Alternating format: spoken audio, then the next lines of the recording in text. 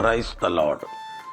கிறிஸ்துவுக்குள் எனக்கு மிகவும் பிரியமான என் அன்பு சகோதர சகோதரிகளே, ஆண்டவராகிய இயேசு கிறிஸ்துவின் நாமத்தினாலே உங்களுக்கு மிகுந்த சமாதானம், நல்ல சரீர சுக பலம், இருதயத்திற்கு மிகுந்த ஆறுதல் உண்டாவதாக என்று நான் உங்களை வாழ்த்துகிறேன். உலகம் கொடுக்க முடியாத சமாதானத்தை நான் உங்களுக்கு தருவேன் என்று யோவான் 14:27 ஆண்டவர் வாக்கு பண்ணியிருக்கிறார். நான் உங்களை திக்கற்றவர்களாய் விடேன் என்று சொல்லி அதே யோவான் 14:18 ஆண்டவர் வாக்கு பண்ணியிருக்கிறார். என்னிடத்தில் வருகிற ஒருவனையும் நான் புறம்பே தள்ளுவதில்லை என்று யோவான் 6:27 என்று நினைக்கிறேன். அதில் தெளிவாய் ஆண்டவர் வாக்கு பண்ணியிருக்கிறார்.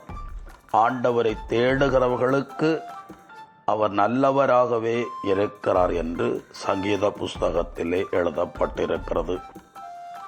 இஸ்ரவேல் ஜனங்களோடு கூட 40 வருஷத்தின் அத்தனை காலம், அதாவது ஒரு வருடத்தில் 365 நாட்கள் என்றால் அந்த 40 வருடம் ஆண்டவர் கூடவே இருந்து அதிசயமாய் இஸ்ரவேல் ஜனங்களை நடத்தினார்.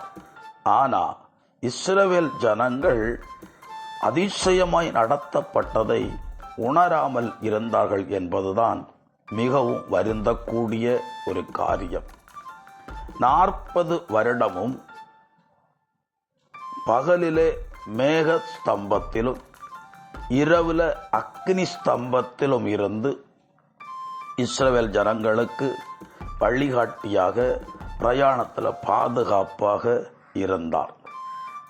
40 வருடமும் அவர்கள் உழைக்கவும் இல்லை, விதைக்கவும் இல்லை, அறுவடை செய்யவும் இல்லை, களஞ்சியத்தில் சேர்த்து வைக்கவும் இல்லை. ஆனால் 40 வருடம் ஆண்டவர் அவர்களை உணவளித்து போஷித்தார். அதுவும் தேவ தூதர்கள் உண்ணுகிற உணவை கொடுத்து அவர்களை போஷித்தார். 40 வருட காலத்தில் அவங்க உடுத்தியிருந்த வஸ்திரம் கிழிந்து போகவும் இல்லை, அவங்க போட்டிருந்த மிதியடிகள் தேய்ந்து போகவும் இல்லை. அதாவது எகிப்திலிருந்து புறப்படும் போது எந்த வஸ்திரத்தை உடுத்தியிருந்தார்களோ அல்லது அவர்களிடத்தில் இன்னும் 1-2 வஸ்திரங்கள் இருந்திருந்தால் அந்த வஸ்திரங்கள் மாத்திரமே அவர்களுக்கு இருந்தது. அதை கொண்டே உடுத்தி கானான் வரைக்கும் 40 வருஷம் வஸ்திரங்கள் கிழிந்து போகாதபடி நடத்தி இருக்கிறார். இதை இன்னும் ஸ்பெஷலாக சொல்லணும் அப்படின்னா, ஒரு சிறு குழந்தையாய் இருக்கும்போது எகிப்திலிருந்து கிளம்பி இருந்தால் அந்த குழந்தை கானான் தேசத்துக்கு போவதற்கு 40 வருடங்கள். இந்த 40 வருடம் அந்த குழந்தை உடுத்தியிருந்த வஸ்திரம், அந்த குழந்தை உடல் வளர்ச்சி அடைய அந்த வஸ்திரமும் அதற்கேற்றாப்புல அவர்களுக்கு பிரியமானவர்களை உதவியா தேவையா இருந்தது என்பதுதான் சத்தியம். அடுத்தது, இந்த 40 வருட காலங்களும் அவர்களை கர்த்தராகிய தேவன் கன்மலையில் இருந்து பின்தொடர்ந்து வந்தாராம். இந்த 40 வருஷ காலத்தில் கன்மலையிலிருந்து தண்ணீர் ஆறாய் புறப்பட பண்ணி அவங்க தாகத்தை தீர்த்திருக்கிறார். அந்த கன்மலையிலிருந்து எண்ணெய் வழிந்தோடி இருக்கிறது, அதை அவர்கள் பயன்படுத்தி இருக்கிறார்கள். அந்த கன்மலையிலிருந்து தேன் வடிந்தது, அதை உண்டு குடித்து திருப்தி அடைந்திருக்கிறார்கள். இறைச்சி ஆகாரம் வேண்டும் என்று கேட்டபோது இஸ்ரவேல் ஜனங்கள் இருந்த பாளையத்தை சுற்றிலும், பாளையத்தின் முன்பு மேற்கு திசையில் 1 நாள் நடை பிரயாண தூரத்திற்கும், கிழக்கு திசையில் 1 நாள் நடை பிரயாண தூரத்திற்கு 2 முழ உயரத்திற்கு காடைகள் மொத்தமாய் அங்கே வந்து குவிந்து கிடந்ததாம். 30 நாள் அவர்கள் போதும் போதும் என்று சொல்லக்கூடிய அளவுக்கு ஆண்டவர் அவர்களுக்கு இறைச்சி ஆகாரத்தை கொடுத்தார். இப்படி 40 வருடமும் இஸ்ரவேல் ஜனங்களோடு கர்த்தர் இருந்து அதிசயமாய் நடத்தின போதும் அவர்கள், நம்ம ஊர்ல ஒரு பழமொழி சொல்லுவாங்க, கிட்டாத பழத்துக்கு அவன் கொட்டாவி விட்டானா. அதுபோல சில காரியங்களுக்காக அவர்கள் தேவனுடைய அதிசயமான காரியங்களை மறந்து தேவனை சந்தேகப்பட்டு அல்லது தேவனுக்கு எரிச்சல் உண்டாகும் விதத்தில் அவர்கள் நடந்து தேவனை சோதித்தார்கள் என்று எழுதப்பட்டிருக்கிறது.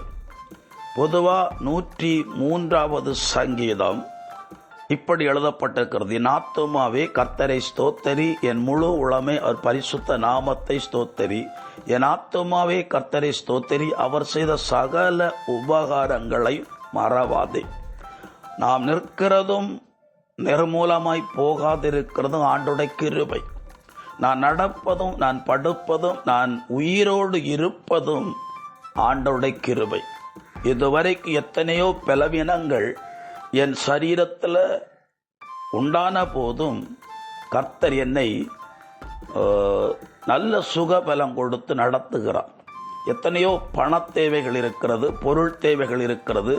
அது சந்திக்கப்படாமல் இருந்த சூழ்நிலையிலும் நான் குறைவுபடாதபடி ஏதோ ஒரு வழியில் ஆண்டவர் என்னை நடத்தினார். அந்த தெய்வம் இன்றைக்கும் உயிரோடு கூட இருக்கிறார். இன்றும் நம்மை நடத்துவதற்கு அவர் போதுமானவராக இருக்கிறார். அவர் நேற்றும் இன்றும் என்றும் மாறாதவர். ஆகவே காரியம் நடக்காமல் இருக்கும்போது கர்த்தர் நம்முடைய அருகில் இல்லை என்றல்ல அர்த்தம், அல்லது கர்த்தர் நம்முடைய ஜெபத்தை கேட்கவில்லை என்றல்ல அர்த்தம், அல்லது கர்த்தர் மௌனமாய் இருக்கிறார் என்று அல்ல அர்த்தம். இந்த இடத்திலே கர்த்தர் உங்களோடு கூட இருந்து நீங்க நடக்காது, முடியாது, கூடாது என்று நினைக்கிற காரியத்தில் ஒரு விசேஷித்த அற்புதத்தை செய்து உங்களை மகிழ பண்ணுவது நிச்சயம். திருப்பாடல்கள் 78ஆம் அதிகாரம் 11ஆம் வசனத்தில் இப்படி எழுதப்பட்டிருக்கிறது: அவர் தம் செயல்களையும் அவர் ஆற்றிய அரும் செயல்களையும் அவர்கள் மறந்தனர் என்று சொல்லி, இஸ்ரவேல் ஜனங்கள் தேவைகளிலே, அதாவது ஆண்டவர் தேவையானதெல்லாம் கொடுத்து கொண்டுதான் இருக்கிறார். இவர்களோ இன்னும் விசேஷமாய் எங்களுக்கு ஏதாவது நடக்கணும் என்று சொல்லி விரும்பி கேட்டபோது அது நடப்பதற்கு காலதாமதம் ஆனபோது தங்களை நடத்தி வந்த வழிகளை நினைத்து கர்த்தரை துதிக்காம கர்த்தரை மறந்து தங்களுக்கு தோன்றின வழிகளிலே நடப்பதற்கு அவருடைய இருதயம் கடினப்பட்டது.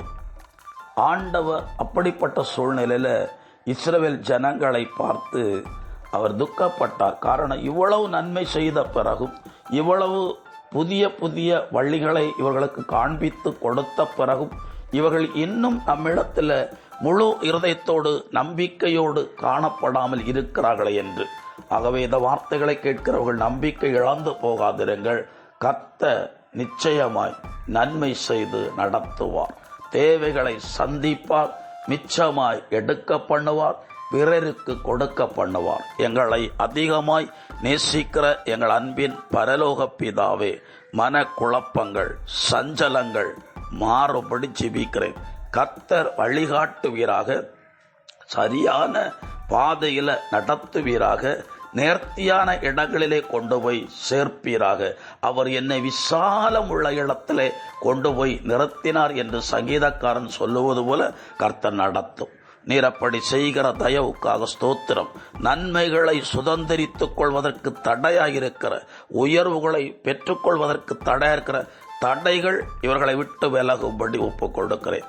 நீர் அப்படி செய்கிற தயவுக்காக ஸ்தோத்திரம். இயேசு கிறிஸ்துவின் பெயரால் ஜெபிக்கிறேன். ஜெபங்கேளும் ஜீவனுள்ள நல்ல பிதாவே, ஆமேன். God bless you. சமாதானம்.